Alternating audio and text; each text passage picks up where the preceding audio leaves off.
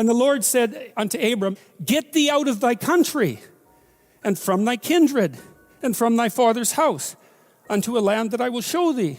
And this is one of those phrases where every clause is significant. Go somewhere you don't understand. That's the first thing. Get thee out of thy country. You know, back in the 1920s, there was a whole slew of American writers who ended up as expatriates in Paris, Hemingway among them, and Fitzgerald, yes, and a variety of others. It was very inexpensive in Paris at the time, and part of their transformation into great literary figures was the fact that they were out of their country, and now they could see what their country was, because you can't see what your country is until you leave it. So you have to go into the unknown, and that's God's first command. Go into the unknown, because you already know what you know. And that's not enough unless you think you're enough. And if you're not enough and you don't think you're enough, then you have to go where you haven't been. And so that's the first commandment to Abraham. It's like, okay, that's a good one. That makes perfect sense. Go to where you don't know. Yes. And from thy kindred. Well, what does that mean? It means grow up, right? That's what it means. It means get away from your family enough so that you can establish your independence. You know, I talk to people very frequently whose families have provided them with too much protection. And they know it themselves. And that means they're deprived of necessity. You know, one of the things that you see in the United States, for example, is that the children of first-generation immigrants often do better than their children. And the reason for that is that the children of first-generation immigrants have necessity driving them.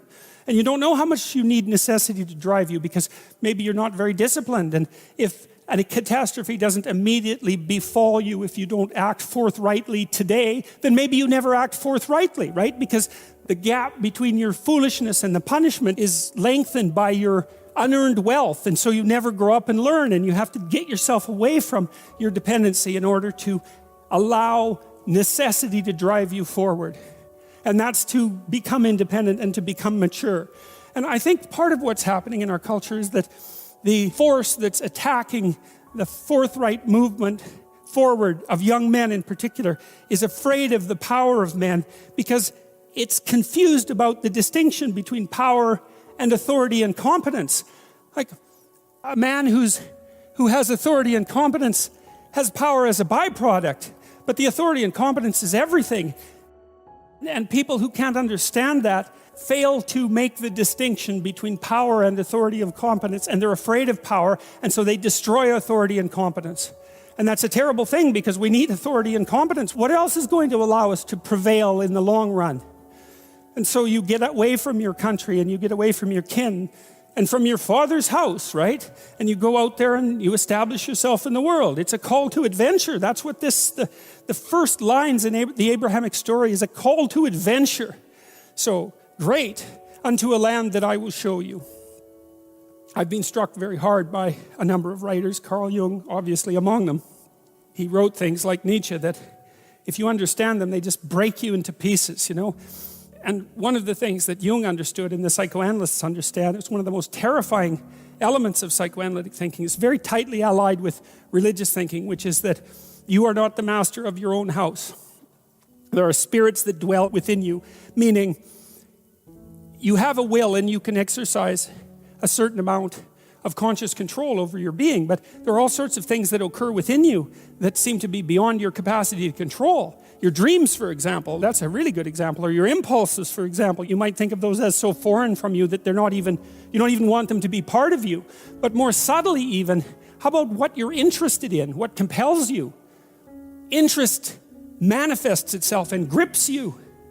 And so there's a calling in you towards what you're compelled by and what you're interested in. And sometimes that might be very dark, and sometimes not. But you're compelled forward by your interest. And so the idea that what moves you away from your country and your father's house and the comforts of your childhood home is something that's beyond you and that you listen to and hearken to. That's exactly right. And you can say, well, I don't want to call that God. It's like, it doesn't matter what you call it exactly. It doesn't matter to what it is, what it's called. It still is. And if you don't listen to it, that's the other thing. If you don't listen to it, and I've been a clinician and talked to enough people now, as old as I am, to know this absolutely. If you do not listen to that thing that beckons you forward, you will pay for it like you cannot possibly imagine.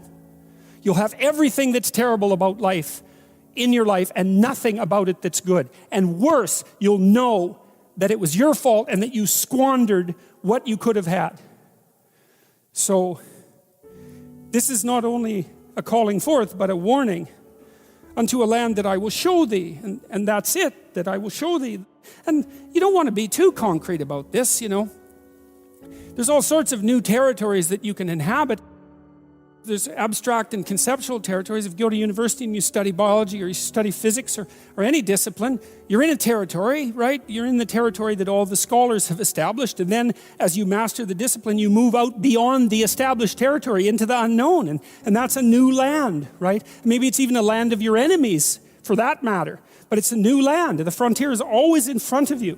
And so the frontier is a place that never disappears, and the land that's beyond the land that you know is always there, and it's always where you should go. And all of that's packed into these, 4 phrases. You need an ideal because you have nothing to aim at, but an ideal is a judge, and you always fall short of the ideal. So how the hell can you have the benefits of having an ideal without having the crushing blow that goes along with having the judge that always regards you as insufficient?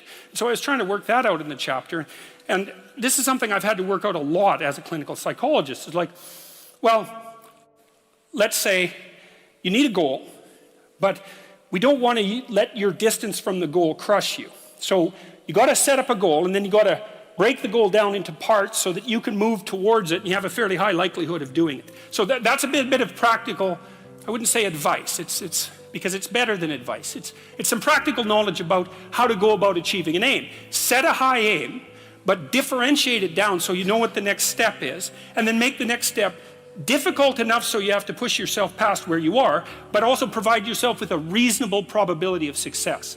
It's also what you do with children, right?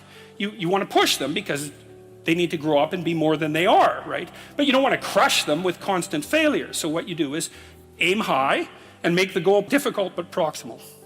So that's one way of looking at it. But then the next thing is, I've had clients, many clients in their 30s, who are trying to, this is more true with women, I would say. A lot of women who are very high achieving and who established their career goals at 30 and then want to differentiate out their life. They want to have a husband, they want to have a family, they're trying to figure out how to do that. And one of the things I've noticed that around 30, you really have to stop comparing yourself in some ways to other people. And the reason for that is that the particularities of your life are so idiosyncratic that there isn't anyone really all that much like you, because the details of your life happen to matter. And so maybe you compare yourself to some rock star or something like that, and the person's rich and famous and glamorous and all that, but they're alcoholic and they use too much cocaine and they've had 3 divorces, and it's like, how the hell do you make sense out of that? Is that someone that you should judge yourself harshly against or not? The answer is you don't know, because you don't know all the details of their lives. And who do you know that you can compare yourself to? That's easy. You. Yesterday. So here's a good goal. It's something like, well, aim high.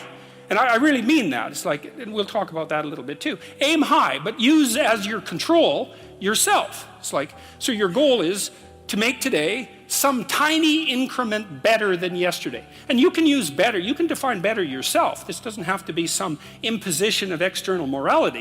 You know where you're weak and insufficient, where you could improve. You think, okay, well, this is what I'm like yesterday.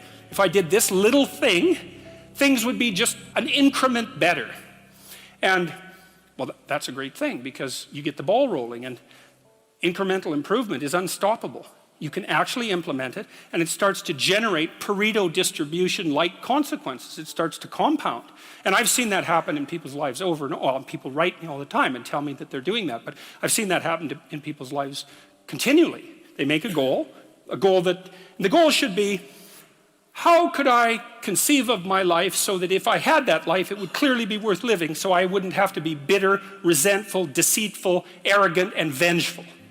Like, that's sort of the bottom line, right? Because that's what endless failure does to you. It's not good.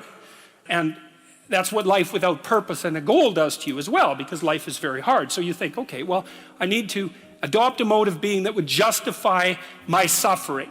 And you can ask yourself that question. What would make this worthwhile? I quote Nietzsche, I think in that chapter, he said, "He who has a why can bear almost any how."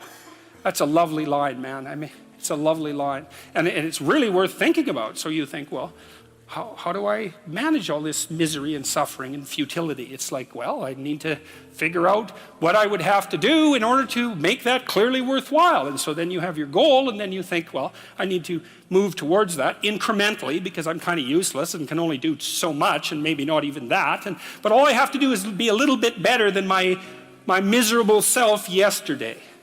And that'll propel you forward very rapidly. And you can succeed at it, which is also really lovely, because why not set yourself up for success? Because otherwise you'll droop around like a number 10 lobster. And that's just not good. You get all pinchy when that happens, and it's not a good thing.